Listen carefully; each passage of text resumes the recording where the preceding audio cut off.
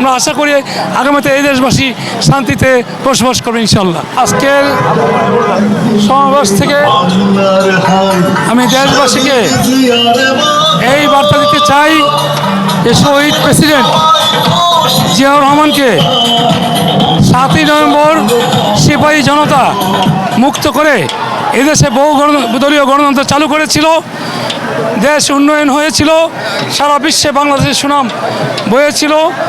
মাত্র 3 বছরের ঘাতকে তাকে হত্যা করায় এদেশের গণতন্ত্র লুণ্ঠিত হয়ে যায়। এই দীর্ঘ 17 বছর স্বৈর শাসক হাসিনা এই দেশবাসীকে জিম্মি করে রাষ্ট্র ক্ষমতা অধিষ্ঠিত ছিল। এখন আমরা স্বাধীন অবস্থায় নতুন করে আমরা এই 7ই নভেম্বর মহান বিপ্লব ও সংহতি দিবসে আমরা বলতে চাই যে এখন থেকে এই দেশবাসী বাক স্বাধীনতা পাবে,